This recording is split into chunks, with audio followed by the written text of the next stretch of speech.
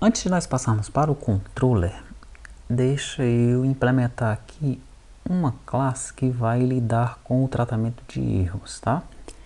Você viu lá na tela banco, que nós desenvolvemos no Flutter, que tem uma janelinha que apresenta os erros, né? Caso retorne alguma coisa diferente de 200, então a gente captura essa informação e apresenta uma telinha com esse erro para o usuário, tá? Lá no Flutter nós criamos um arquivo chamado retorno JSON erro. Nós vamos fazer a mesma coisa aqui, tá? Dentro de model, eu vou criar um novo folder, uma nova pasta chamada transiente. Significa que os modelos que estão dentro dessa pasta, né, eles não são persistidos no banco de dados, tá bom? Vou criar um novo arquivo chamado retorno JSON erro.php. Nós vamos começar esse arquivo da seguinte forma. Classe transiente que armazena um objeto de erro que será retornado para o cliente, tá? Então o retorno JSON erro ele também implementa a serialização do JSON, tá? Então ele vai ter que implementar aquele mesmo método que nós temos em banco, né? O banco também implementa isso daqui. Nós vamos ter que implementar esse cara nele, ó. Esse JSON serialize, tá bom? Muito bem. Eu vou definir aqui 4 variáveis de classe: status, message, error e trace. Lembre que quando nós fizemos a telinha lá no Flutter, eu só trabalhei com esses três, ó, status, message e error, né? E o trace, embora nós tenhamos visto o erro lá que foi retornado pelo servidor Java, né? Tinha um trace lá no erro, nós não estávamos utilizando. Eu até mencionei naquele momento que nós podemos mandar esse trace para uma API Jira, para uma API Trello, né? Onde a equipe de desenvolvimento pode trabalhar em cima desse bug, tá? Então nós vamos já de fato mandar esse trace do servidor para o cliente. E eu já alterei o Flutter, né, para ele lidar com esse trace lá também. Você não precisa mostrar esse trace para o usuário, tá? Ele vai apenas ser armazenado no cliente para que o usuário possa postar, informar esse erro. E aí ele aparece lá no quadro Trello, no quadro Jira da equipe de desenvolvimento, da equipe de suporte, tá bom? Dentro desse retorno JSON erro, vou criar um construtor. Aqui está. O construtor ele vai receber um código, vai receber uma mensagem e vai receber uma exceção, tá? Então, dependendo de como eu vou chamar esse objeto retorno JSON erro, eu posso passar um código que vai ser 200, 300, 404, 201, enfim, os códigos HTTP, né? Onde é que você vê essa lista de códigos HTTP? Se você procurar na Wikipedia, você vai encontrá-lo, tá? Então tem alguns códigos que começam com 1, são códigos informativos. Tem códigos que começam com 2, por exemplo, 200 é o código que deu tudo certo no lado do servidor, é o código padrão.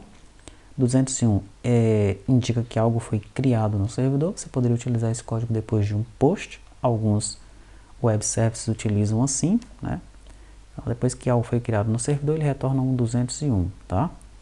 204, você poderia utilizar esse código depois de um delete. Você excluiu alguma coisa, não retornou nada para o cliente, então manda o 204, tá? No nosso caso, nós estamos utilizando sempre o 200. Alguns servidores, depois de um post, né, eles mandam um 201. Então, no Flutter lá, no retorno dos erros, eu adicionei esse 201 para a gente, tá? Depois de um post. Os códigos que começam com 3 são códigos de redirecionamento. Os que começam com 4 indicam erros no lado do cliente, né? Então o 400 é o código padrão para uma requisição ruim, 401 não autorizado, 403 negado, né?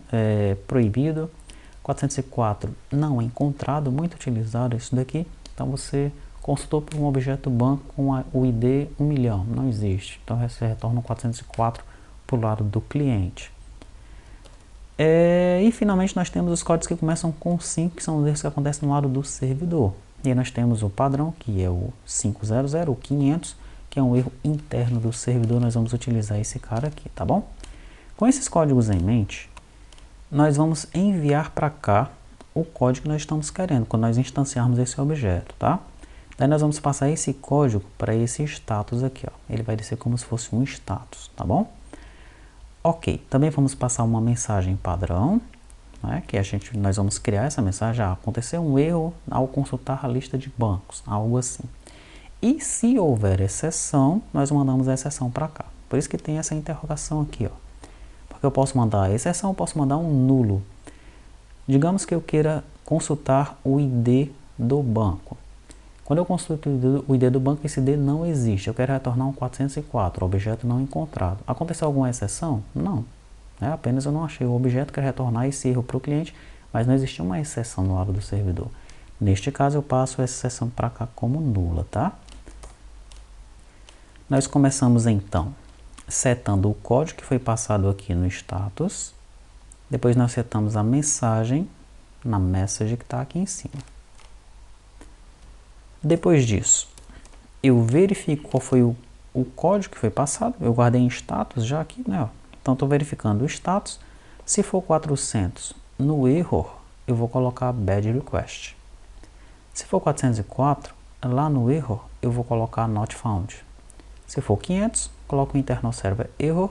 E se for um código diferente, que está chegando aqui, eu vou colocar erro não mapeado, tá?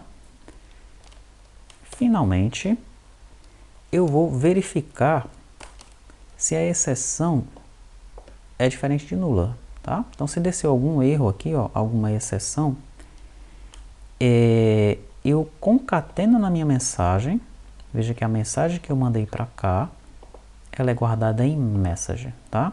Então, concatenado com o message, eu vou colocar exceção e o get message do erro, dessa minha exception aqui, tá bom? E no trace, né, finalmente no trace, aqui ó, nesse trace, eu vou colocar o get trace as string. Ok, para finalizar esse cara aqui, eu preciso apenas implementar a serialização em JSON, né? E aqui está, tá? JSON serialize, ele retorna o status, this status, message, this.message, error, this.error, trace, this.trace. Tranquilo? Então está implementado o nosso objeto retorno JSON erro e nós vamos utilizá-lo agora no controller, tá? O controller agora é a parte final para nós podermos testar o nosso servidor. Vamos passar para a implementação dele, né?